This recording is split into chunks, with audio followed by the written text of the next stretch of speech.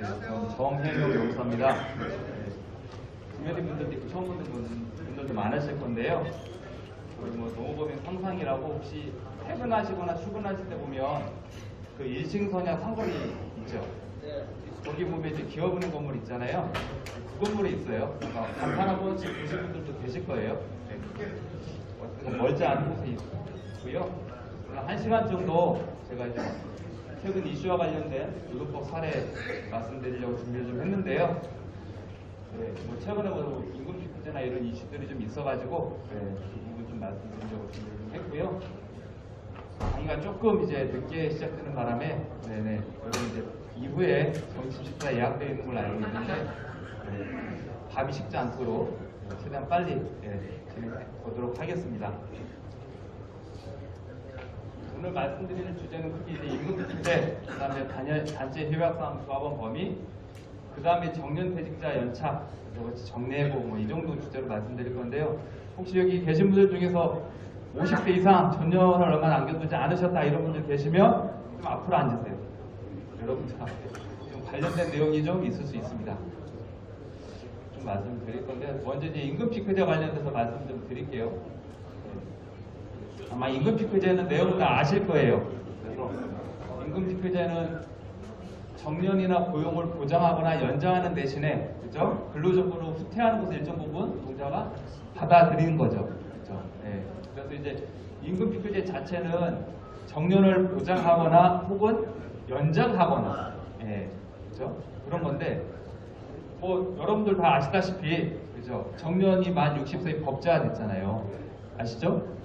고용자보험법에 따라서 그러다 보니까 사실은 법적인 정년이 이제 보장되어 있는 상태에서 정년 보장형 임금 피크제는 사실 이제 제도로서의 실익은 좀 적은 편이죠. 정년을 연장하지 않는 이상.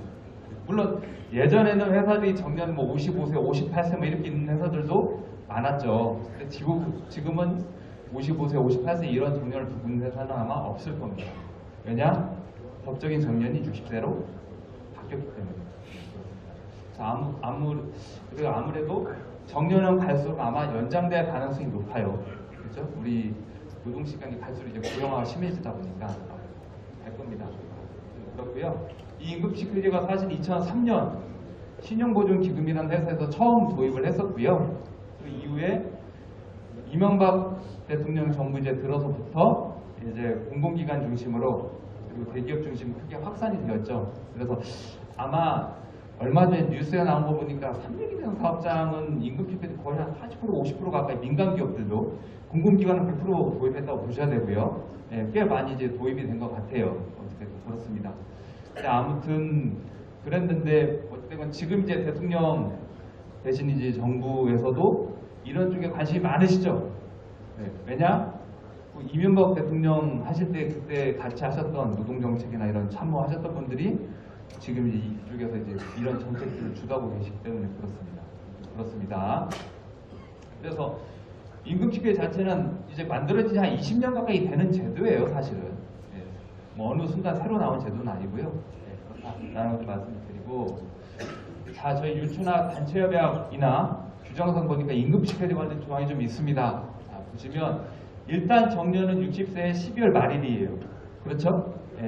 아시다시피. 그런데 임금 피크제를 이제 도입하면서 2017년 1월 1일부터 시행한다. 저희 한 5년 됐네요. 그렇죠?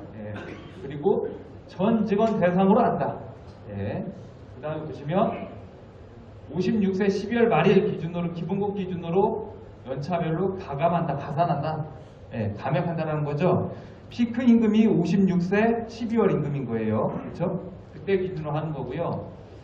57세 달한 해부터 임금 인상, 그 다음에 정기 승급 승호는 적용하지 않는다. 임금이 더 이상 올라가지 않는다는 거죠. 그러니까 피크 임금에서 임금을 감액하는데 구조에서 단체협약이나 임금교섭을 통해 가지고 올해 임금 예를 들어서 3% 인상하기로 했어요.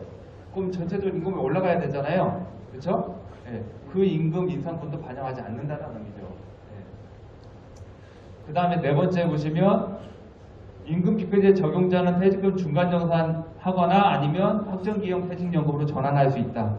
저희 이제 퇴직금 제도가 일반 퇴직금 제도인데 직전 3개월치 임금이 삭감돼 버리면 퇴직금에서 큰 손해가 발생하잖아요. 그래서 그 그걸 방지하기 위해서 퇴직금 중간 정산을 허용한다거나 이렇게 할 수 있다는 내용, 이거 당연한 겁니다. 자, 60세 정년퇴직자 대상으로 퇴직 지원 프로그램을 3개월 운영한다. 이 일종의 전직 지원 프로그램 같은 것 같아요. 그렇죠? 네. 실제로 하고 있나요? 예, 하고 있습니다. 네. 그 다음에 뭐 4항, 5항은 임금 피크제랑은 상관없는 조항이에요. 그러니까 자, 그렇고요. 자, 그러다 보니까 임금 피크제 1년차 때 기본급 10% 감액, 그렇죠? 그리고 2년차 때 다시 또 10% 감액, 그렇죠? 네, 이렇게 되고 있습니다. 근데 이제 제가 이제 저희 율촌학 근로계약서를 보니까 저희가 상여금이 700%가 넘죠, 그렇죠? 그러니까 기본급이 삭감되면 저희 상여금이 보니까 가족 수당이랑 기본급이랑 기준으로 상여금이 계산되는 것 같아요. 그렇죠? 당연히 상여금도 줄어드는 거죠. 네네. 어쨌든 그렇습니다. 이게 이제 저희 회사의 율촌학의 임금피크제 관련된 주된 내용이고요. 근로계약서에 보니까 저희는 뭐 그 근로계약서에 처음에 입사하실 때 뭐 임금, 기본급이라든지 이런 것들을 이제 기재는 하도록 되어 있더라고요. 임금액을 기재하도록 되어 있죠. 그렇죠? 근데 올해 근로계약서 쓰신 분 계세요? 없으시죠? 매년 안 쓰시죠? 근로계약서. 그렇죠? 그냥 처음 입사할 때만 한번 쓰시고 그 다음에 자동으로 이제 인상되거나 반영되는 거죠. 그렇죠? 네. 제가 그냥 여쭤본 이유가 있습니다. 자, 보시면 그래서 임금 피크제 관련돼 가지고 최근에 이제 관심이 많으신데 가장 최근은 아닌데 대법원 판결이에요. 자, 보시면 임금 피크제를 도입하는 회사들은 일단 그 전제가 있어요. 임금 30인 미만 사업장, 50인 미만 사업장 임금 피크제 도입한 회사가 있을까요? 거의 없어요. 왜냐하면 임금 피크제라는 건 연금급제를 체결해가지고 임금이 자동으로 매년 인상되는 회사들 있잖아요. 그러니까 그거를 일정 시점에서 임금을 다운시키거나 정지시키거나 인상을 정지시키는 제도이다 보니까 소규모 사업장은 임금 피크제 제도 자체가 없는 경우가 대부분입니다. 아주 큰 회사들 중심으로 임금피크가 있다 보니까 임금 피크제 도입은 대부분 노동조합이나 혹은 단체협약 혹은 회사 취업비 측의 동의를 얻어서 진행을 해요. 이해되시죠? 네. 그러니까 절차적으로는 법적인 절차적으로 문제 없이 도입을 한다 이 말이에요. 그렇죠? 제가 공공기관이나 이런 데도 거의 대부분 거의 100% 임금 피크제 도입됐다고 말씀드렸잖아요. 그런 사업장들이 노동조합, 조직률 거의 한 7, 80%는 될 겁니다. 그러니까 노동조합 다 있다 이 말이에요. 그래서 노동조합의 합의나 노사 합의를 통해서 임금 피크제를 도입을 했는데, 자, 보시면 취업규칙 개정, 취업규칙에 관련 내용을 넣은 것 같아요. 그렇죠? 취업규칙에 따른 집단적 동의, 노동조합 대표나 근로자 과반 이상의 동의를 얻었다 하더라도 그것보다 유리한 근로조건을 정한 개별 근로계약 부분에 우선하는 효력을 갖는다고는 할 수 없다라는 게 2019년에 나온 대법원 판결이에요. 자, 이게 무슨 의미냐면은, 근데 이 판례가 저희랑은 제가 보기엔 크게 상관이 없어요. 네, 이거 가지고 많이 문의를 주시긴 하셨는데, 왜냐, 이건 근로계약서에 올해 연봉 얼마 이렇게 쓰는 회사들 있죠. 그죠? 매년 계약서, 연봉 계약서 쓰는 회사들 있잖아요. 그래서 올해 연봉액이 정해진 회사들 있잖아요. 자, 그래서 예를 들어서 제가 올해 연봉이 6천만 원이에요. 예, 근데 내년부터 제가 임금 피크제를 도입해요. 도입해가 적용 대상이어가지고 당장 내년에 기본급 10%가 삭감이 돼요. 그럼 당연히 6천만 원에서 내년도는 임금이 떨어지겠죠. 자, 그랬을 때 그 임금 피크제 도입에 있어서 우리 회사 취업규칙이나 단체협약에서 10% 혹은 20% 이렇게 감액된다는 규정에 의해서 적용된다 하더라도 내가 연봉에 6천만 원으로 사인을 했으면 그게 감액되는 임금 피크제가 적용돼서 감액되는 임금보다 높은 경우에는 내가 직접 쓴 근로계약이 유리하다, 나한테 더 우선적으로 적용해야 된다라는 거예요.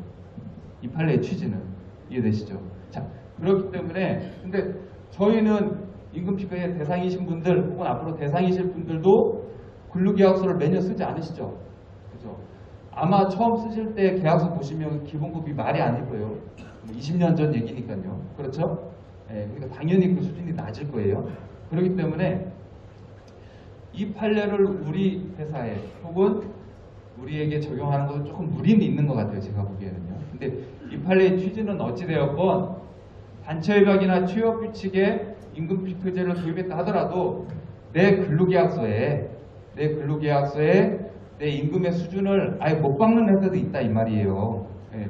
어떤 회사들은 그냥 취업규칙에 임금을 따른다 이렇게 해놓는 회사들도 있는 반면에 어떤 회사들은 올해 기본급은 얼마 이렇게 이제 써놓는 회사들도 있단 말이에요.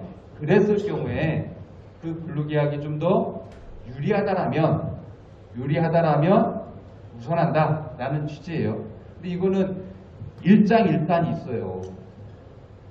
조합 입장에서 보면 예를 들어서 우리가 열심히 단협을 해가지고 임금 인상률을 많이 높였어요. 평소보다. 자, 그랬는데 회사에서 특정 부서나 특정한 사람한테만 임금 인상률을 10% 적용해줄게 라고 개별적인 딜이 들어왔어요. 그래서 그분만 10% 인상해주기로 사인을 했어요. 그럼 그거 인정해야 돼요? 우리 조합원들은 예를 들어서 2% 인상하기로 했는데 그분만 조합원이라고 치고 그분만 10% 인상해주는 조건이 들어오면 그거 인정해야 되냐고요. 복잡한 문제일 수 있는 거예요. 그죠? 네. 그렇습니다. 자, 그 다음에 이제 최근에 5월 26일 지난주죠. 지난주에 이제 나온 판례예요. 자, 보시면 여기도 보시면 노조와 합의를 거쳐서 정년을 유지하면서 일정 연령 이상인 근로자 임금을 감액하는 임금 피크제 비슷하죠? 는 위법하다라는 판례. 근데 모든 임금 피크제는 다 위법하다. 모든 임금 피크제는 다 무효이다라는 얘기는 아니에요. 잘 들으셔야 돼요. 네. 자, 그런데 자 보시면 사실 이제 이게 하나 튀어나왔어요. 고령자 고용법. 그게 뭐냐면 이제 연령이나 나이를 이유로 여기서 말하는 고령자는 만 55세를 기준으로 얘기를 하는데 연령에 따라서 나이나 이런 거에 따라서 채용, 모집, 임금에서 연령에 따른 차별은 하면 안 된다라는 거예요. 그 조항이 있어요, 법에. 네. 그죠? 자, 있는데 이 조항 자체는 강행 규정이기 때문에 근로계약서나 단체협약이나 취업규칙에 차별을 명시한 조항이 있으면 이 법 위반으로 무효가 된다 이 말이에요. 우선 내용이죠, 사실은. 그죠? 노조의 합의, 노동조합의 단체협약이나 내가 직접 사인한 근로계약을 무효화시킬 수 있다는 내용이거든요. 그죠? 그랬는데 이게 뭐냐면 여기도 정년 유지형 임금피크제예요. 전제가. 네. 정년 유지형 임금피크제를 유지하면서 합리적인 이유 없이 나이를 기준으로 별도의 재상 조치 없이 시행한 경우에는 그 임금 피크제는 효력이 인정되지 않는다. 이런 판례입니다. 이해되시죠? 자, 근데 보면은 그래서 법원에서 뭐라고 판단이냐? 임금 피크제 도입의 목적이 뭐냐? 첫 번째. 두 번째, 임금 피크제로 인해서 그 해당 노동자들이 받는 불이익의 정도는 어떻게 되냐? 네. 불이익에 비례해서 회사에서 다른 조치를 취했느냐? 그죠? 네. 그 다음에 임금 삭감에 따른 다른 조치, 근로시간을 줄였다거나 업무 강도를 낮췄다거나 이런 조치들을 도입을 했고 그 도입이 적정하냐? 네. 마지막으로 그래서 임금 피크제를 도입을 한 이후에 인건비가 절약이 될 건데 분명히 그렇죠?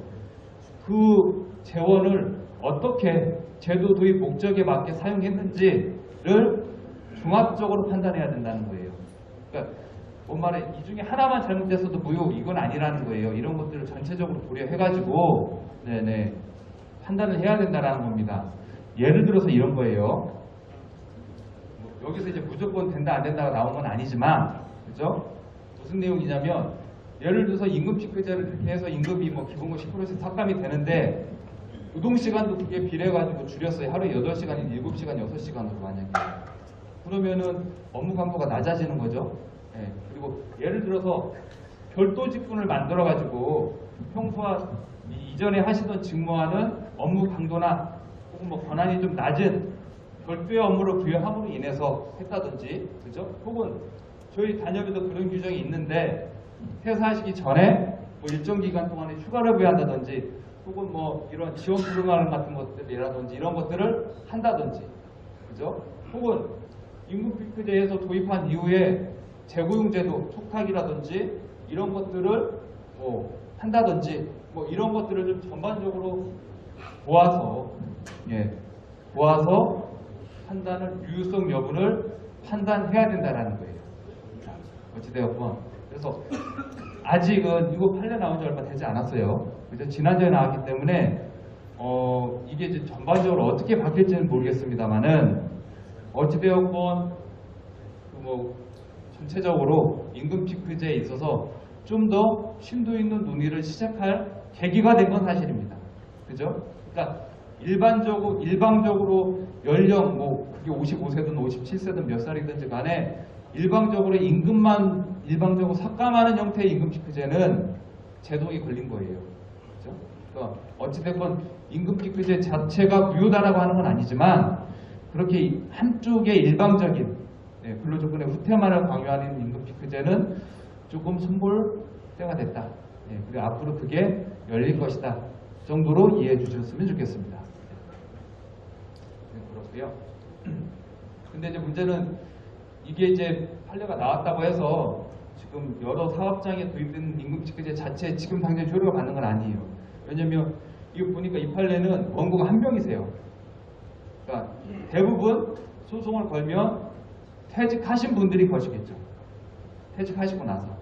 근데 그분이 한 분이에요. 그러니까 퇴직하셨으니까 노동조합에서도 이걸 이제 적극하기가 좀 어려운 거예요. 조합원이 아니니까. 그래서 그분이 소송을 걸어서 이거 보시면 2017 다잖아요. 대법원이 2017년도에 올라간 거예요. 근데 5년 만에 판결 나온 거예요, 사실은. 시간 엄청 오래 걸린 거죠.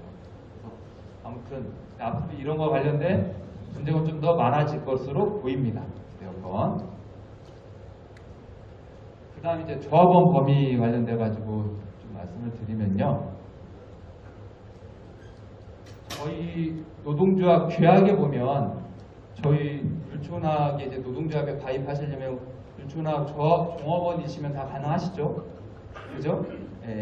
저희가 뭐 직종 구분을 하거나 이런 거 아니에요. 규약을 보니까요. 자, 그런데 보시면 그런 조합원들 중에서 여기에 해당되시는 분들은 조합원 자격을 상실하거나 유지한다라고 되어 있어요. 자, 그런데 보시면 단체협약에 정한 비조합원 범위에 해당되었을 때에는 노동조합 조합원 자격을 상실한다. 이렇게 해석할 수 있죠. 그죠? 자, 그래서 그럼 단체협약을 볼게요. 다른 건 뭐 상관이 없으니까요. 자, 보시면 저희 조합 단체협약 산조 조합원 범위와 가입과 관련된 조항이에요. 자, 보시면 조합원 가입은 이제 자유롭게 할 수 있다라는 거고요. 대신에 본인 희망과 관계없이 조합원이 될 수 없다라는 조항이 있어요. 보시면 뭐 수습 중인 자, 임시로 고용된 자, 그 다음에 사용자를 위하여 행위하는 자, 그 다음에 보시면 생산 관련직 차장급 이상인 자, 아마 일정 생산 관련 부서에서 일정 관리직 이상으로 이제 보고 있는 것 같아요. 근데 보시면 2014년 5월 1일 현재 비조합원, 이때는 이제 이 가장 이제 조합원 범위가 아니었던 것 같아요. 비조합원은 조합원이 될 수 없다 이렇게 단서 조항이 들어가 있죠. 그렇죠? 그 다음에 뭐 회사와 조합이 협의해서 인정한 자 뭐 이런 식으로 되어 있는데, 자, 문제는 뭐냐면 이게 고용노동부 행정해석인데요. 노동조합에서 우리 노동조합 조합원을 누구로 받아들일지는 원칙은 뭐냐면 노조가 자율적으로 정할 수 있는 거예요. 그죠? 그러니까 회사에서 이 사람은 조합원으로 받지 마다라고 얘기할 수 없다라는 거예요. 이게 대원칙이에요. 다만 우리 조합원이 될 수 없는 분들이 법적으로 있죠. 사용자를 위해서 행위하는 자라든지, 그죠? 우리 회사가 기업별 노조인데 우리 회사 직원이 아닌 분이라든지 이런 분들, 그죠? 이런 분들은 법적으로 이제 저희 회사 조합원 자격이 없는 분들인데 이런 분들을 제외하고는 노동조합이 자주적으로 가입 범위를 정할 수 있습니다. 원칙적으로. 네. 근데 보면 단체 협약에 보통의 이제 노조 이렇게 단체 협약 이거 보면 조합원 범위에 대한 규정들이 대부분 이제 들어가 있어요. 그렇죠? 그러면 이제 의문이 생기는 거죠. 우리 노동조합 가입할지 여부는 우리가 결정해야 되는지 결정해야 되는데 단체 협약은 우리가 만든 조항이 아니고 회사랑 합의해서 만든 규약이잖아요. 회사 합의된 규약에 왜 노동조합 가입 범위가 들어가 있지? 라는 의문이 나올 수 있는 거죠. 그렇죠? 우리가 그냥 정하면 되는 문제인데 이걸 왜 회사랑 합의하냐는 거예요. 근데 대부분의 단체 협약에는 이런 조항들이 들어가 있고요. 현실적으로. 자, 그래서 이걸 어떻게 해석해야 되냐? 뭐냐면 단체 협약이라는 것은 누구에게 적용되죠? 조합원들에게 적용하는 거잖아요. 그렇죠? 노동조합에 가입을 해서 그렇죠? 조합비를 납부하시고 그렇죠? 자격을 복하신 조합원들에게 좀 더 높은 수준의 노동 조건을 보장하기 위해서 노조가 회사랑 협의해서 체결한 거잖아요. 그러니까 단체 협약에 조합원 범위를 이렇게 규정하고 있다는 의미는 법원에서 어떻게 해석하냐면 조합원 가입되고 안 되고의 문제가 아니라 이 체결한 단체 협약을 적용받는 대상으로 해석하고 있어요. 이해되시죠? 이 단체 협약, 체결한 단체 협약을 누구에게 적용할 거냐 관련해가지고, 누구에게 적용할 거냐 관련해가지고 여기에 나와 있는 조합원들에게, 나와 있는 조합원 범위에 해당되는 분들에게 단체 협약을 적용한다라는 거예요. 자, 그러다 보니까 이럴 수 있는 거예요. 단체 협약에서 조합원 가입 범위가 아닌 분들을 노동자협 조합원으로 받는다고 했을 때 위법일까요? 그렇지 않아요. 규약에 조합원 가입 범위에 들어가 있으면 조합은 얼마든지 조합원으로 받을 수 있습니다. 네네.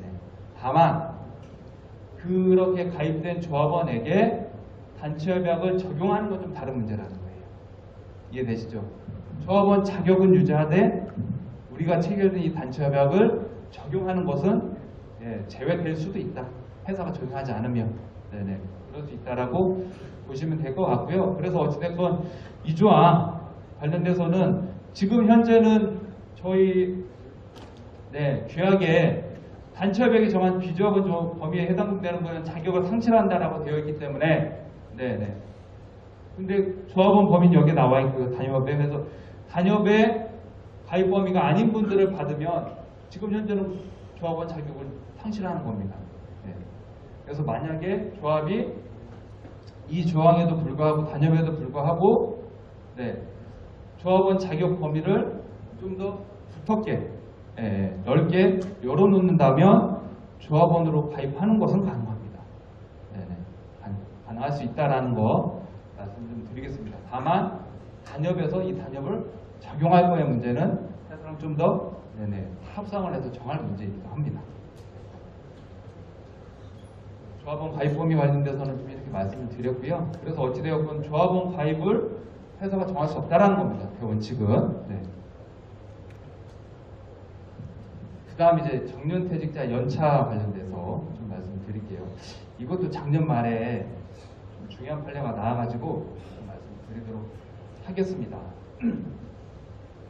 저희 이제 회사 조합 단체 협약의 연차 휴가 관련된 규정을 보시면 저희 회사는 연차 휴가를 산정을 하는 기간은 1월 1일부터 12월 31일까지로 하고 있어요. 회계연도 기준으로 하고 있다는 거예요. 그렇죠? 제가 실제 입사한 날은 다 다르실 거잖아요. 그렇죠? 근데 입사한 날과 상관없이 우리 회사는 1월 1일부터 12월 말일까지 연차 휴가를 발생시키고 이 기간 동안에 사용하고 또 해가 바뀌면 새로이 발생하고 이런 방식을 하고 있습니다. 큰 회사들은 대부분 회계연도 방식을 운영을 하고 있어요. 그런데 단협상에 아까 저번에 말씀드린 정년은 60세고요. 회사 일은 12월 말일로 한다고 되어 있어요. 이해되시죠? 네네.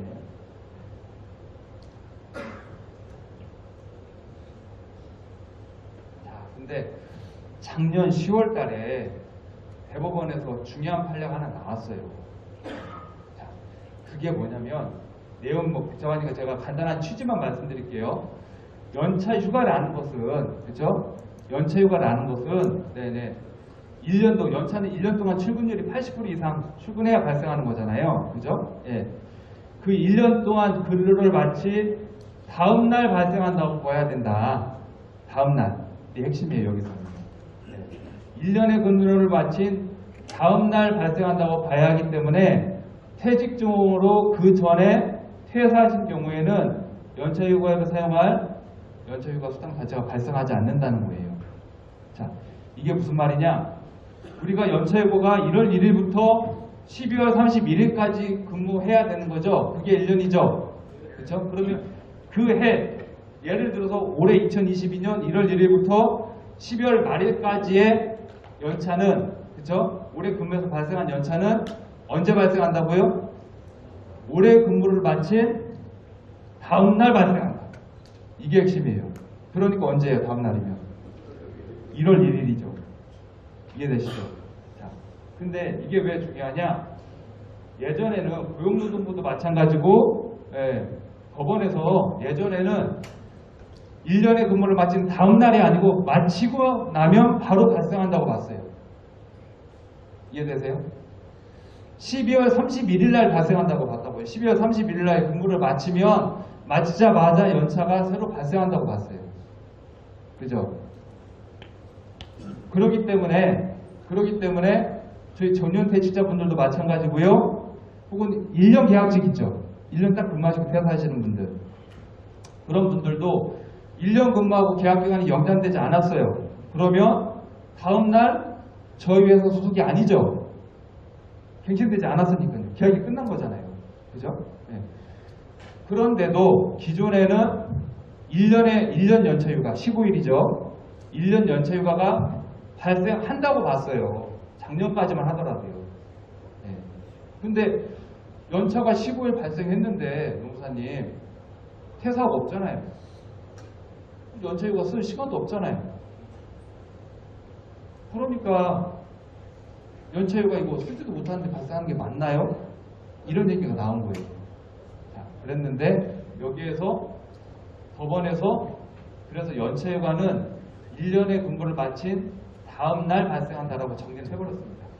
네네. 자, 그렇기 때문에 문제는 뭐냐면 12월 말일까지 근무하시고 퇴사하시는 분들 계시죠.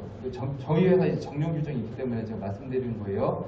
이런 분들 같은 경우에 그 퇴사년도 12월 31일 다음 날에는 저희 회사 소속이 아니죠. 퇴사하셨으니까요. 그래서 연차휴가가 퇴사년도의 연차휴가는 발생하지 않는다. 이게 이제 바뀐 판례의 핵심입니다. 별로 안 좋게 바뀐 거예요, 사실은. 그리고 이 내용을 고용노동부에서 받아들여서 작년 12월 16일 날 기존의 입장을 바꿨어요. 고용노동부는 이전에는 12월 31일까지 근무하고 퇴사하시면 퇴사년도 연차 발생한다고 봤어요. 그랬는데 이제는 다음날 재직하고 있어야 발생한다는 걸로 입장을 바꿨습니다. 어찌됐건 그렇다라는 말씀을 드리고 그런데 하나 더 보실 게 있어요. 잘 들으셔야 돼요. 혹시 뭐 얼마 안 남으신 분들 보시면 정년퇴직일은 12월 말일이고 전차는 회계연도 방식이에요. 자, 그렇기 때문에 올해 만약에 정년퇴직 하시는 분들은 올해 근무해서 내년 1월 1일 날 발생하는 연차는 이제 법적으로는 발생하지 않아요. 해당 사항이 없는 거예요. 자, 그런데 여기서 하나 더 볼 게 있어요. 뭐냐면 연차휴가라는 것은 대원칙이 뭐냐면 입사일 기준이 원칙이에요. 입사일 기준으로 연차휴가를 발생시키고 사용하는 게 원칙이에요. 근로기준법이나 노동관계법을 보시면 회계연도 방식의 연차휴가에 대해서는 아무런 표현이나 근거가 없습니다. 다만 인원이 많으니까 인원이 300명인데 입사일을 다 따져서 연차휴가를 계산하려면 그 담당자는 죽어나겠죠. 그렇기 때문에 관리상의 편의를 위해서 회계연도 방식으로 인정을 하고 있는 거예요. 자, 그런데 전제 조건이 있어요. 근데 퇴사하실 경우에는 설사 회계연도 방식을 그동안 사용하고 있다 하더라도 입사일이 근로기준법상 대원칙이니까 입사일 기준으로 다시 산정을 해가지고 휴가 일수가 만약에 입사일 기준으로 계산한 것보다 적으면 그 부족분은 따로 정산을 해줘야 된다라는 게 고용노동부와 법원의 입장이에요. 자, 이게 무슨 말인지 잘 와닿지 않으실 수도 있어요. 자, 그래서 사례를 한번 볼게요.